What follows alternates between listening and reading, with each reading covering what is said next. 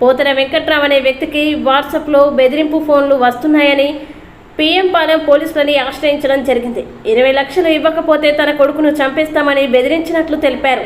ఈ కేసుని ఛేదించిన north ACP Sunil మాట్లాడుతూ 5 లక్షలు వాడితో పంపి దారి పొడవునా వీడియో కాల్ మాట్లాడించి సాంకేతిక కళాశాల వద్దకి నిందితుడిని పవన్ని రప్పించమని అన్నారు. విశాఖపట్నం నగర కమిషనరేట్ పరిధిలో ఉన్నటువంటి నార్త్ సబ్ డివిజన్లో ఉన్నటువంటి పిఎం పాలెం పోలీస్ స్టేషన్ పరిధిలో మనకి ఆఫ్టర్నూన్ ఒక కంప్లైంట్ రావడం జరిగింది. పోతిన వెంకట్రావు అని చెప్పేసి ఒక రియల్ ఎస్టేట్ వ్యాపారి పిఎం పాలెం పోలీస్ స్టేషన్కి వచ్చేసి తను సార్ ఇట్లా మాకు వాట్సాప్లో బెదిరింపు మెసేజ్లు వస్తూ ఉన్నాయి, నాకు 2 పిల్లలు ఉన్నారు, 2 అబ్బాయిలు ఉన్నారు. ఆ 2 అబ్బాయిల్లో ఒక అబ్బాయిని చంపేస్తాము, ఆ అబ్బాయిని చంపడానికి నాకు ఒక డీల్ వచ్చింది. ఆ డీల్ వచ్చినప్పుడు ఆ అబ్బాయిని చంపకుండా ఉండాలి అంటే నువ్వు నాకు 20 lakhs ఇవ్వాలని చెప్పేసి వాట్సాప్లో మెసేజ్లు వస్తున్నాయని చెప్పేసి మనకి కంప్లైంట్ ఇవ్వడం జరిగింది. ఆ కంప్లైంట్ మనం రిసీవ్ చేసుకొని ఆ వాట్సాప్ నెంబర్ ఇవన్నీ కూడా మనం గ్యాదర్ చేసుకొని ఏం చేసామంటే దాన్ని ఎఫ్ఐఆర్ రిజిస్టర్ చేసేసేసి ఇమీడియట్గా దాని మీద అతనికి మనం ఒక ఐడియా ఇవ్వడం జరిగింది. ఏంటంటే ఇట్లా మా దగ్గర 20 లక్షలు మేము కట్టలేము, మా దగ్గర 5 లక్షలు ఉన్నాయని చెప్పేసి పోలీసు ఒక ప్లాట్ చేసాము. ప్లాట్ చేసేసేసి 5 లక్షలు ఉన్నాయని చెప్పేసి మనం 5 లక్షలు క్యాష్ ఒకటి పిక్ని అరేంజ్ చేసేసుకొని ఆ పిక్ని అతనికి పంపిస్తే ఈ డబ్బులు పట్టుకొని సాంకేతిక కాలేజ్ ఏరియాకి రమ్మని చెప్పేసి అతను కంప్లైనెంట్కి చెప్పడం జరిగింది. ఎవరైతే మన కిడ్నాపర్గా అనుకుంటున్నామో కంప్లైనెంట్కి చెప్పడం జరిగింది. ఆ కంప్లైనెంట్కి చెప్పినప్పుడు ఈ కంప్లైనెంట్ ఈ అమౌంట్తో పాటు అతను ఒక్కనే ఫస్ట్ పంపించడం జరిగింది. అతను ఫాలో అవుతూ పిఎం పాలెం పోలీసులు మరియు టాస్క్ ఫోర్స్ పోలీసులు ఇద్దరు కూడా వెంబడించడం జరిగింది. వెంబడించిన తర్వాత అతను కంటిన్యూగా అతనికి వీడియో కాల్లోనే ఉన్నాడు. కంటిన్యూగా కంప్లైనెంట్తో వీడియో కాల్ మాట్లాడుతున్నాడు.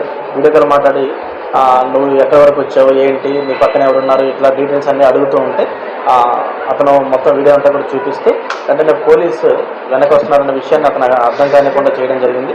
చేసేసేసి అతనికి అమౌంట్ మొత్తం చూపించిన తర్వాత ఒక పలానా చోట పెట్టమని చెప్పినప్పుడు అక్కడ అమౌంట్ పెట్టడం జరిగింది. అతని అమౌంట్ తీసుకోవడానికి వచ్చినప్పుడు వెంటనే పోలీసు అతన్ని క్యాచ్ చేయడం జరిగింది. క్యాచ్ చేసి మనం అతన్ని ఎంక్వైరీ చేసినప్పుడు ఇలానే అతను ఇటువంటి మెసేజెస్ ఒక ముగ్గురికి పెట్టడం జరిగింది. ముగ్గురికి పెట్టడం జరగడం వల్ల వాళ్ళకు కూడా మనం పిలిపించేసి వాళ్ళని కూడా ఎంక్వైరీ చేసుకొని ఈ కేసులో వాళ్ళని కూడా వాళ్ళని కూడా ఫర్దర్గా మన ఇన్వెస్టిగేషన్లో వాళ్ళు కూడా వైజాగ్ కాదు, లిమిట్స్ కాదు. ఒకళ్ళేమో మనకి ఇప్పుడు కంచిరపాలెంలో డిమార్ట్ మేనేజర్గా పనిచేస్తున్నారు.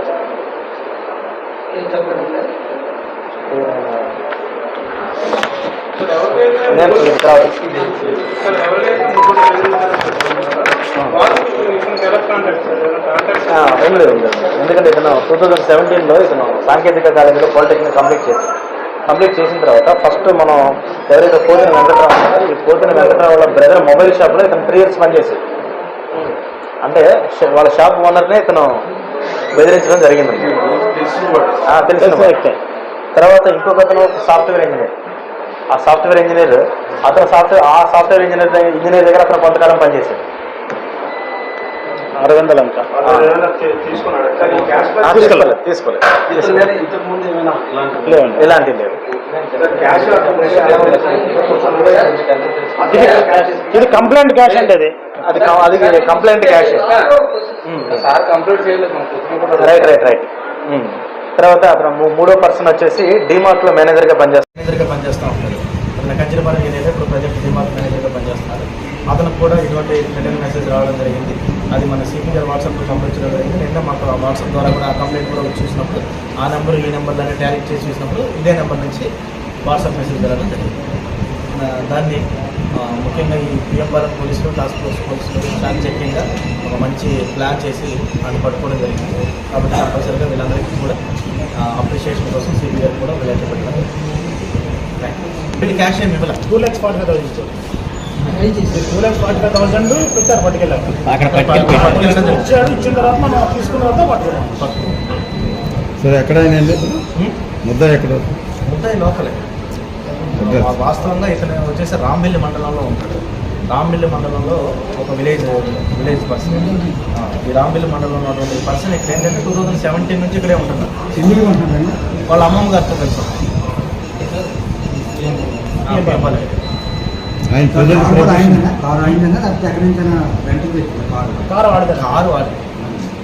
ఏం చేస్తుంటారు?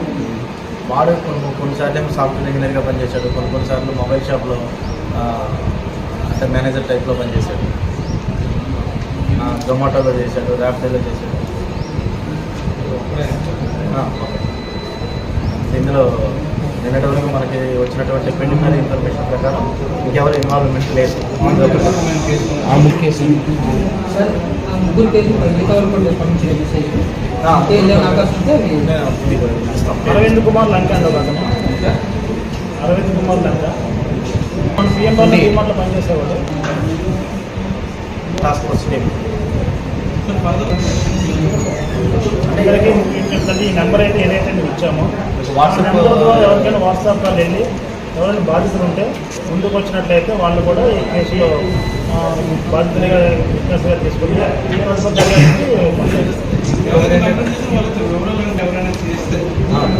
హండ్రెడ్ పర్సెంట్ వివరాలు పంపించగానే ఉంది.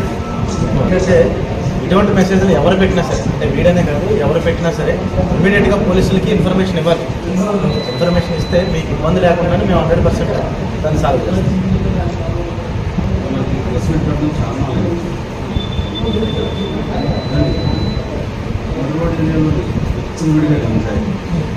విడిగా కైనీ